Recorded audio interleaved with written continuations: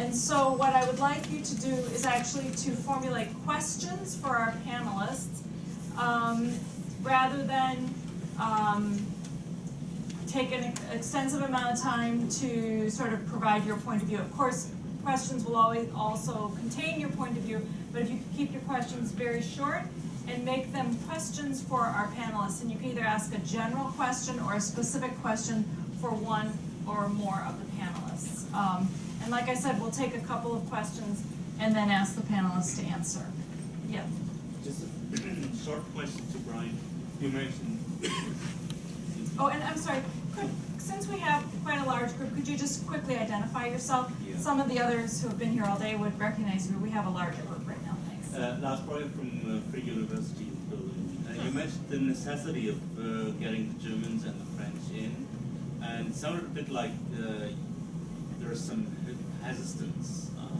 Maybe you could elaborate a bit on that, which, for example, economic interests that might prevent them from going. Yeah, Brian, I'm going to get a couple of questions here. Okay, yeah, I saw one back here first, and then I'll come. Yes. Yes, and can you identify yourself? Yeah, David Korosashevsky. I'm a student in history of medicine. I have a two-part question. I was wondering what the change of government in the Ukraine means for the current Jewish population. And the second question is, does the panel think that there is a credible threat to Baltic states? Okay, thank you. And That yes. was completely inaudible. I'm sorry. His question was, what implications does the current government have for the Jewish population in Ukraine, and also then for the Baltic states, implications for the Baltic states. And ma'am. Yes, I'm a professor of anthropology here. Okay.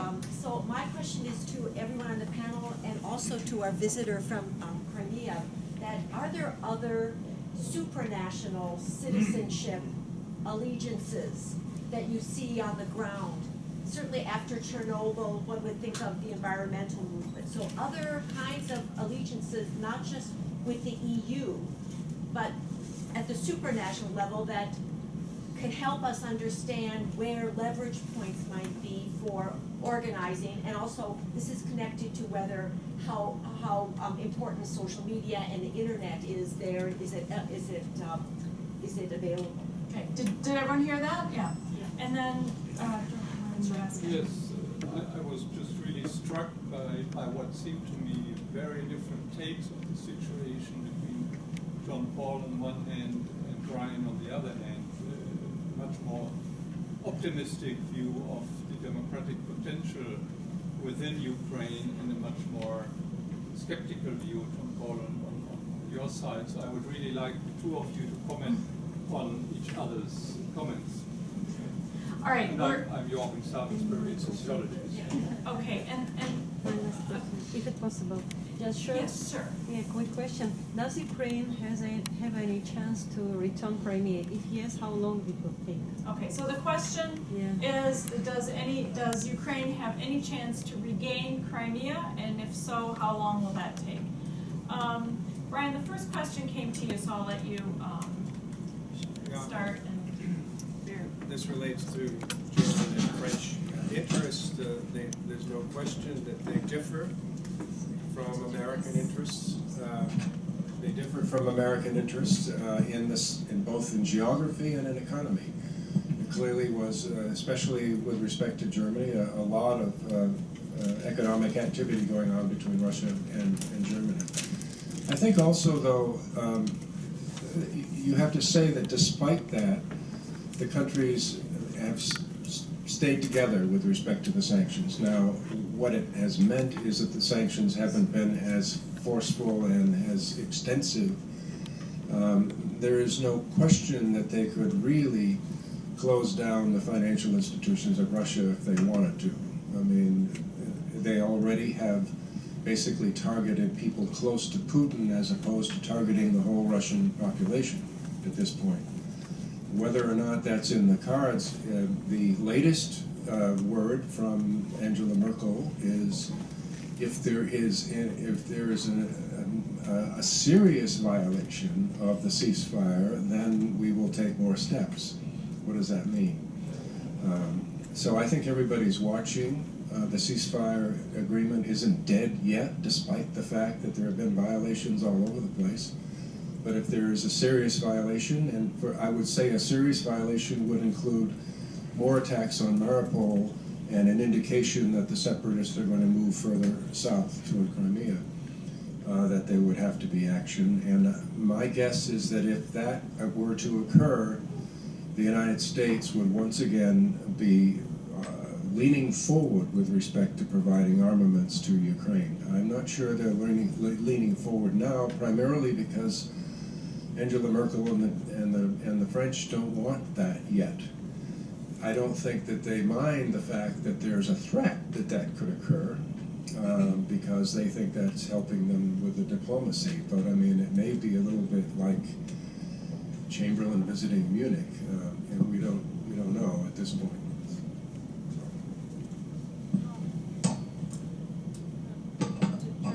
We had the other questions about the sort of how the current government deals with the Jewish population, the Baltic states. And then the final question was, and supranational movements. Let's see, and we also had the question about the potential for the return of Crimea. I don't know if you, George, have any thoughts on that in particular? Any of those, but maybe particularly Crimea, the sort of the Russian view. Do you think that that is over and done with, or is that something that is? Well, it seems that in terms of all of these discussions that have been taking place between the European Union and Russia on the one hand, or members of the EU and Russia, and in terms of the two Minsk ceasefires and so forth, that Crimea is not even on the agenda. So I guess the idea is to deal with the current situation in eastern Ukraine, and then perhaps in the near future to move toward resolving or getting Crimea back. But it seems to me that this, in light of this, the stridency, say, of kind of the Putin administration in its identification with getting the Crimea back into the Russian fold, that this is going to be a long-term process. But it should kind of, I suppose, continue to be a question that's asked over and over again in terms of kind of diplomatic negotiations on the issues concerning Ukraine. And John Paul, I think some of the other questions might be ones that you might be able to address. I'm not sure if any of you feel comfortable or know much about the treatment of Jews in the current situation. I do. Okay, good. First, I'd like to, I wanted to respond to Brian's point about the electoral failure of the right-wing parties in the last elections, because that is definitely part of the narrative that says that Ukraine is really moving forward. But what's happened, in my view, is that this is mainstreamed. The Bandera narrative, the sort of mythic nationalist narrative, is now the mainstream. And as I said, you know, the whole memory socialization has been delivered into their hands. If you look at the whole security and defense system, they're very powerful there. So I think that that's what happened. And some sources of my skepticism, and it's a response to what you said, that everybody in Ukraine wants to end corruption. I don't think so. I think that a lot of people in Ukraine really benefit from corruption. Or maybe they want someone else's corruption to stop, but not their corruption. So that's the way I look at it. You know, a lot of African countries want to end corruption. A lot of Indian companies citizens want to end corruption, but not the corruption that benefits them. I also am a little bit skeptical because, you know what interests me? Gungadze was beheaded, a journalist in Ukraine. We never found out who killed him. Yushchenko, the presidential candidate, was poisoned. We never found out who poisoned him. We don't know who killed Polikovskaya. We don't know who killed Litvinenko. You know? Okay. So to me, a change would be if you start investigating and prosecuting. So who killed those 100 people on the Maidan in February? There's dozens of people who were mowed down. Who killed them? Well, didn't the government put on trial a guy who didn't have one hand? And he couldn't have been shooting? We have no investigation that I know of that is trying to pin down who committed those murders. 42 pro-Russian activists died in Odessa. There's no investigation. So my sources of I'm skeptical. I don't look at what people say. I look at what they do. And so that also sort of addresses then the question of the democratic potential. Well, that's what I was saying. You The would be- sources yeah, of my you would be skepticism. more skeptical about it because of these issues. I know that there are a lot of people who would just like to have a normal democratic society as they know about because they have much more intercourse with the West. Yeah. But it's to move there is real. Then on the Jewish population, they have a national. What's not going to happen, I believe, under this government, is that you're not going to have an honest investigation of the history of the Holocaust in Ukraine. But the Jews will be treated well. Jews have come on board. Now, talking about the Jews, I feel so uncomfortable, right? Because, of course, there's this Jew and that Jew, and they're actually not even Jews, they're people, right? But there's no anti-Semitic or anything like that, except on the sort of extreme margins. These exist also in sort of popular stereotypes of the Jews, but as far as the government is concerned, in fact, the government, the private militias are funded by a Jewish oligarch, Kolomoisky. He's the big funder of all these guys who wear these Wolfsangel and other horrible Nazi insignia. He's Jewish. And they all feel that their quarrel with the Jews is over, everybody's now friends, and I think that bodes well. But speaking of the militias, having a bunch of, having privately armed militias in a country, I don't want to say Libya, but I just think it's a real problem. And I'm ending here.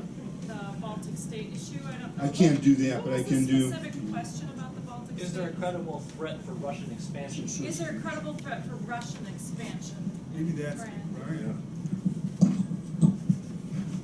Let me just say what John Paul said about the situation and the weakness of the court system is all part of what we hope will be a reformed system. I met with the Attorney General, or the Minister for Justice, young man who was on the Maidan, who may not still be the Attorney General, but there was an intention to really move on these things, and you don't do these things overnight.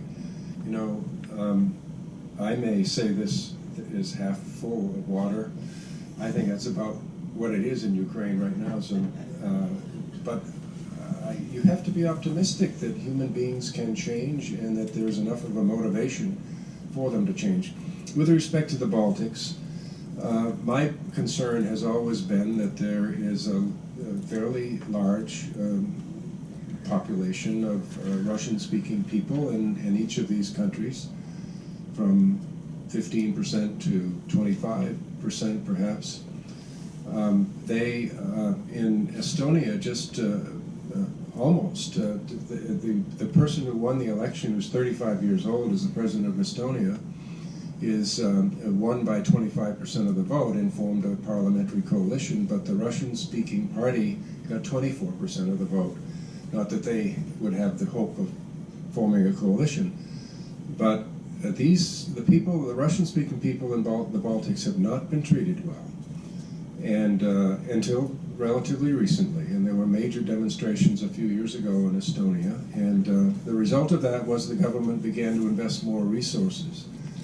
But when you stamp alien on a person's passport, which is or their identity card, you're not going to encourage them to feel as though they're part of the society. Now, if you, however, were to take a vote of the Russian-speaking people of the Baltics, I would imagine over 50% in each case would say, I'd rather stay here than go back to Russia, especially given the fact that those economies are working relatively well and they do have a voice within those societies. But if Putin wants to challenge Article 5, and he's done it in a variety of different ways, sending bombers over Britain and over Portugal and trying to look at where NATO responds and how.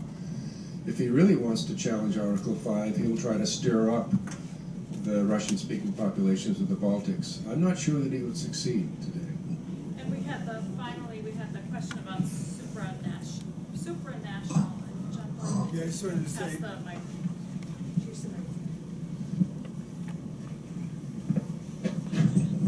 So my opinion is that supranational allegiances have been destroyed by war. Let's say orthodoxy, the religion of orthodoxy, terribly divided between the Moscow Patriarchate's version of what orthodoxy means in this conflict and what, let's say, the Kiev Patriarchate believes is happening in this conflict. If you can spare a funny little incident, about a year and a half or 2 years ago, a friend of mine was involved in translating a volume on Trotsky's writings on Ukraine, and he was presenting it at a meeting in Kiev, and it was broken up by these right-wing thugs, and they said, you guys are pushing socialism and homosexuality and so forth. But now, there had been a homosexual rights movement in Ukraine. This is totally on, everybody on the Ukrainian side of the war is for gay rights right now, including the radical right. And the gay rights people greet each other with, glory to Ukraine. Because the Russians are really anti-gay. And their propaganda includes the crudest anti-gay material I've ever seen. They show pictures of Ukrainian Cossacks growing breasts and things like that, now that they're going over to Europe where they're going to be totally emasculated. Or just quickly, the left. There is an international left, my anarcho-syndicalist friends. Well, in the war, they didn't survive as sort of above the fray on the whole. They tended to go to the Maidan. Great. Should we finish up? Yeah.